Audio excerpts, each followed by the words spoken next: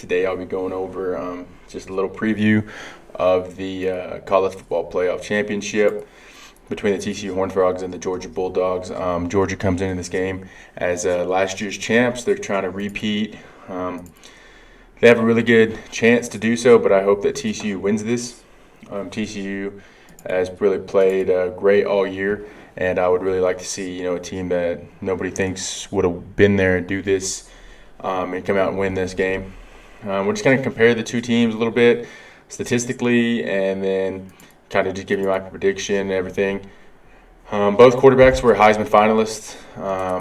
Stetson Bennett was 4th place, and Max Duggan was 2nd place. Max Duggan has 3,546 passing yards on the year with 32 touchdowns. And Stetson Bennett has 3,823 passing yards with 23 touchdowns. I think Max Duggan is a little bit more of a complete quarterback than Stetson Bennett. I've said this today, talking to some other people.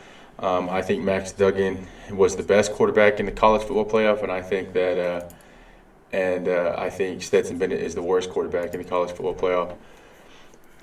Comparing the two teams statistically, total points scored in a game.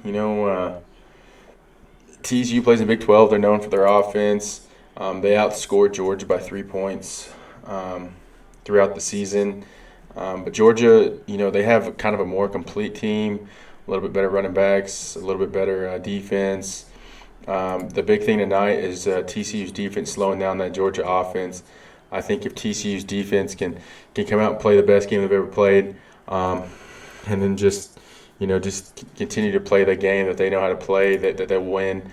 But Georgia's defense is a lot better than TCU's defense, so that's where it really staggers. If you had to rank them 1 through 4, best to best, Georgia's defense is probably the best side of the ball, and then TCU's offense, and then Georgia's offense, and then TCU's defense.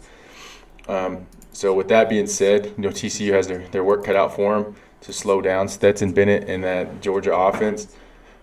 But it's not the most potent offense I think they've seen all year, coming out of the Big 12. I think Texas has a better offense. Teams like Oklahoma State, at times could have a better offense. But this year, the Big 12 kind of slacked back a little bit. But historically, the Big 12 is just known for offense. With that being said, I think that Georgia is still a good team, but I just don't know if they have the offensive firepower to hang with them. They do run 2 running backs. Georgia, that is, run 2 running backs who have about the same amount of yards on the season. They've actually ran multiple running backs, up to 6 running backs this year, who have pretty good amount of touches. And TCU's best running back, Kendre Miller, was hurt last game. I have not seen if he's going to play or not tonight. I do believe he will be playing tonight. If not, that will be something to really keep an eye on as the backup comes in. He had a really good game against Michigan, Amari Diarmaccardo. He's a really good running back too, but he's just not the running back that Kendre Miller is, and doesn't have the experience that Kendre Miller is with having half the touches that Kendre Miller has. The receiving group for TCU is pretty good. Quentin Johnson, he's looking to become a big-time a star next year in the NFL. I think that there's a lot of good players here. Blair Conwright, he's from the Lubbock area. He's a really good player. He only has 4 catches, 48 yards on the year though. He had a pretty good year last year. I don't know what's been going on with him this year, but it's going to be a really good game, I think, and I think it'll be a lot better than the TCU Michigan game as far as defense wise. I don't think it's going to be a 60-point game or anything like that. There's not going to be 110 points scored or whatever it was in the last game. That game was just unreal. But coming down, I think that it's just going to come down to like I said before. I think it's just going to come down to TCU's defense stopping Georgia's offense. Right now, we're already 4 minutes into the game, and it's looking like Georgia's about to score. So that's kind of standing true already.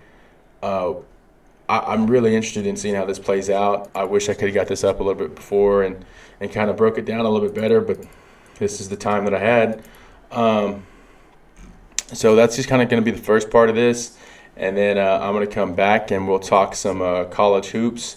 We'll talk with Kansas and Tech and some of the bigger schools. You know, Duke just lost, Purdue lost this week, Texas lost this week. A lot of drama in Texas going on with their coaching staff, stuff like that. So I'll be back, and when I come back, we'll talk some hoops.